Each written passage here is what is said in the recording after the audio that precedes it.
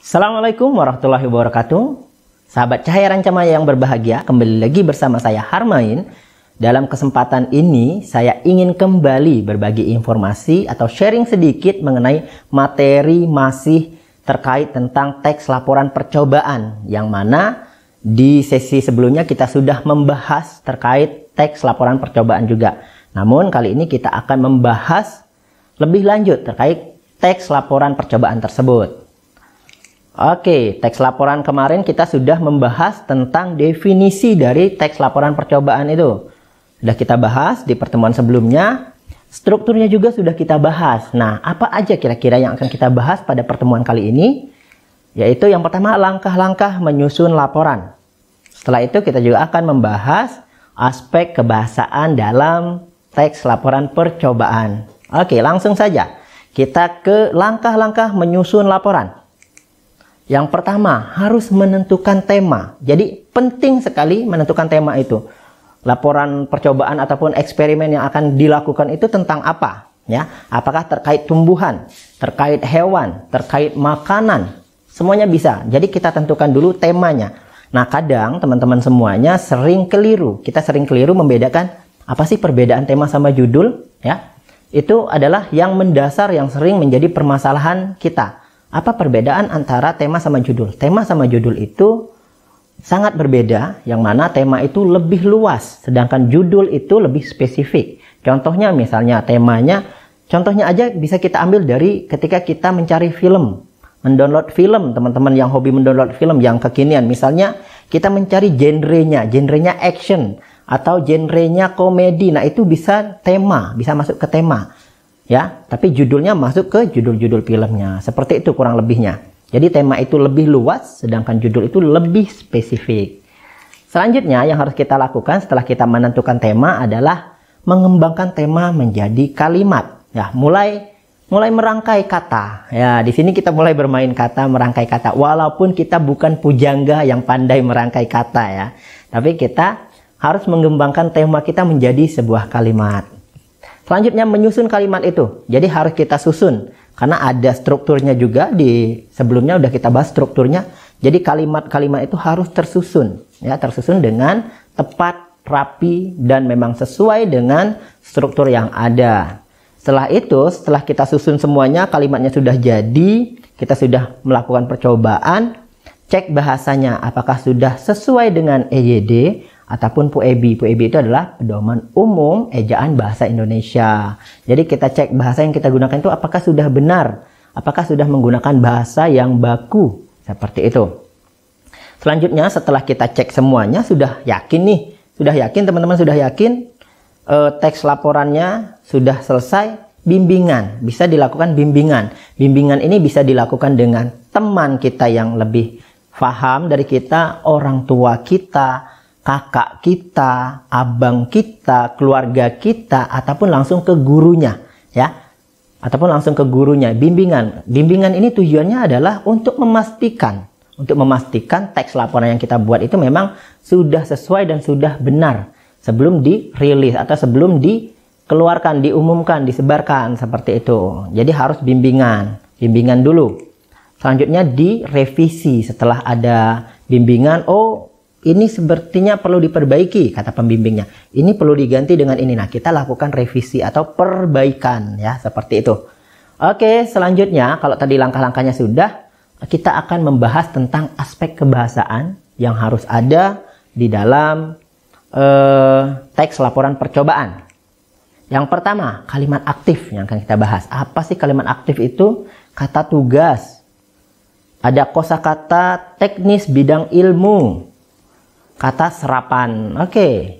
Jadi ada 4 ini yang akan kita bahas terkait aspek kebahasaannya. Yang pertama, kalimat aktif. Sebelumnya pasti teman-teman udah mengetahui apa itu kalimat aktif. Dan kalimat aktif juga ada kalimat yang lain lagi, yaitu lawannya. Apa kira-kira? Apakah itu kalimat non-aktif? Ya jelas bukan, teman-teman. Ya, aktif dan non-aktif ya istilahnya, bukan seperti itu. Jadi ada kalimat aktif dan ada kalimat pasif. Jadi dari segi apa kalimat itu menjadi digolongkan atau dikelompokkan sebagai kalimat aktif atau pasif, kita bahas pertama. Oke, kalimat aktif adalah kalimat yang subjek atau predikatnya melakukan sesuatu. Jadi kalimat aktif itu harus ada subjeknya, ada predikatnya, ada orang yang melakukan, ada pelakunya ya. Ada pelaku, nggak harus orang, dan juga ada kerjaan yang dilakukan oleh orang itu. Ciri-cirinya ada dua. Yang pertama, subjeknya sebagai pelaku. Jadi kalimat aktif itu ada pelaku. Berarti kalau ada pelaku pastinya ada korban di sini ya. Tapi maksud kalau dalam bahasa Indonesia bukan dibilang korban, ada objek ya. Jangan sampai salah itu. Ini kayaknya seram sekali ya, kayak kejahatan gitu. Ada pelaku, ada korban. Tapi kalau dalam bahasa itu yaitu ada objek, bukan korban ya, teman-teman semuanya. Subjeknya sebagai pelaku ya. Ini bukan pelaku kejahatan ya, bukan pelaku kejahatan, hanya dalam sebuah kalimat dan contoh. Ada predikatnya berawalan me atau ber ya. Me itu misalnya ada kata kerja lempar, berarti melempar. Ada kata kerja lari, berarti berlari. Seperti itu, diawali dengan imbuhan me ataupun ber. Seperti itu. Nah, untuk kalimat aktif juga terbagi menjadi dua jenis. Yang pertama transitif dan intransitif. Apa bedanya? Transitif adalah kalimat aktif yang ada objeknya. Jadi ada korbannya ya, ada korbannya. Jadi kalimat aktif itu ternyata nggak perlu ada korban ya, atau ada objeknya ya, ada objeknya. Jadi transitif adalah kalimat aktif yang memiliki objek. Jadi ada pelaku, ada objeknya, ada predikatnya SPO. Kalau dalam bahasa Indonesia itu subjek, predikat, objek. Contohnya, saya menendang bola. Saya itu sebagai objek, menendang itu sebagai predikat, sedangkan bola itu sebagai objek, bukan sebagai korban, ya. Bukan sebagai korban. Misal pun ada contoh kalimatnya, saya menendang orang. Jadi orang di situ bukan sebagai korban, walaupun saya tendang-tendang, itu sebagai objek kalau dalam istilah bahasanya seperti itu. Tapi jangan dilakukan nanti mentang-mentang pengen membuktikan bahasa ini tendang orang. Oh, ini bukan korban, ini objek. Nah, tidak seperti itu tuan-tuan ya, konsepnya bukan seperti itu ya. Oke, selanjutnya ada kalimat aktif intransitif. Kalimat aktif yang tidak memiliki objek ya, yang tidak memiliki objek. Contohnya misalnya adalah saya menendang, entah apa yang dia tendang, entah menendang masa lalu, menendang menendang kebodohan, seperti itu bisa ya. Jadi lebih ke hal-hal yang seperti itu, melakukan sesuatu tapi tidak disebutkan objeknya. Seperti itu. Oke, selanjutnya kata tugas. Kata tugas adalah kata penghubung atau pelengkap yang dapat menyesuaikan atau mengikuti kata atau kalimat sehingga makna yang dihasilkan akan lebih jelas jika dihubungkan dengan kata lain. Jadi fungsi dari kata tugas ini adalah memperjelas makna dari sebuah kalimat yang awalnya mungkin orang nggak terlalu paham maksud atau tujuan dari kalimat ini apa. Tapi setelah ada kata tugas ini, kita akan lebih mudah memahami maksud dan makna dari kalimat tersebut. Oke, kalau kata tugas itu ada preposisi atau kata depan. Nah, pasti kata depan itu berada di depan dong. Kalau di belakang bukan kata depan, kata belakang. Apalagi di samping. Ya, kalau di samping itu kata samping, tapi nggak ada. Ya, adanya kata depan. Misalnya di, dari, ke, dan lain-lain. Seperti itu. Selanjutnya ada konjungsi. Konjungsi itu adalah kata penghubung. Nah, kata penghubung. Kalau istilah mungkin anak-anak zaman sekarang, yang menjadi mak comblangnya ya, yang menghubungkan dua kalimat atau lebih, bukan mak comblang tapi di sini ya, yang menghubungkan saja, yaitu menghubungkan dua kalimat atau lebih sehingga maknanya menjadi lebih jelas atau lebih mempersingkat sebuah kalimat. Contohnya misalnya saya makan nasi, ya, saya makan nasi, ibu makan nasi. Dua kalimat itu kan panjang sekali, bisa digabungkan menjadi kalimat yang sederhana menggunakan konjungsi dan. Saya dan ibu makan nasi. Sama maknanya ya, seperti itu. Oke. Selanjutnya artikula ataupun kata sandang, yaitu seperti sang. Sang itu kayak sang raja ya. Sang raja, habis itu sang surya, sang pangeran. Itu untuk yang khusus. Ada juga untuk mengeneralisasikan ataupun umum, semua orang. Para ya, para itu adalah contohnya para pemirsa, para siswa, para penonton, para pembaca. Nah, itu ada para hadirin, ya, seperti itu. Para siswa, itu contoh dari para, atau si ini lebih mengkhususkan. Dia siapa sih? Itu loh, yang si keren itu. Itu loh, misalnya siswa yang seorang siswa si hitam manis itu. Nah, seperti itu. Jadi menunjukkan spesifikasi yang lebih detail terhadap objek, ya. Oke, selanjutnya interjeksi atau kata seru. Kata seru itu terbagi menjadi yang asli, yang biasa, dan ungkapan. Contohnya itu kata seru itu kayak ungkapan, ya, ungkapan.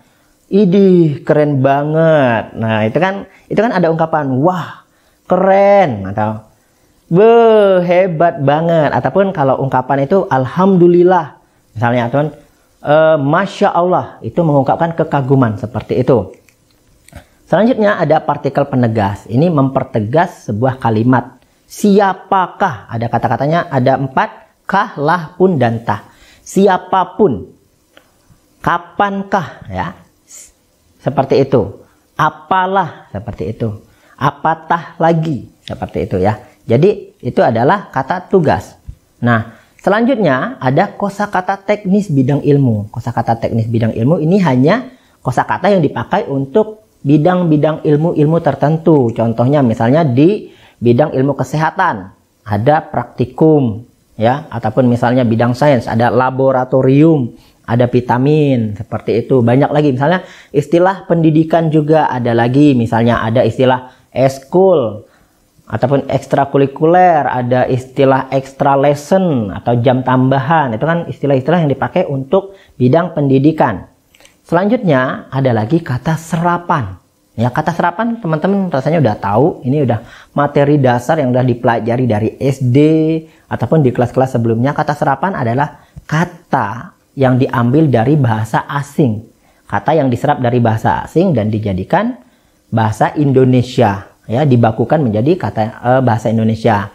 Contohnya misalnya seperti supermarket, boraks, laboratorium, itu kan diambil dari bahasa asing, tapi sudah dibakukan menjadi bahasa Indonesia. Oke, teman-teman semuanya, terima kasih. Itu saja yang bisa saya sampaikan untuk kesempatan kali ini, yang bisa kita sharing. Jika ada kata-kata yang salah atau kurang berkenan, mohon maaf. Kita sama-sama belajar sebagai manusia pasti penuh dengan kesalahan dan kekurangan. Semoga bermanfaat. Akhirul kalam. Assalamualaikum warahmatullahi wabarakatuh.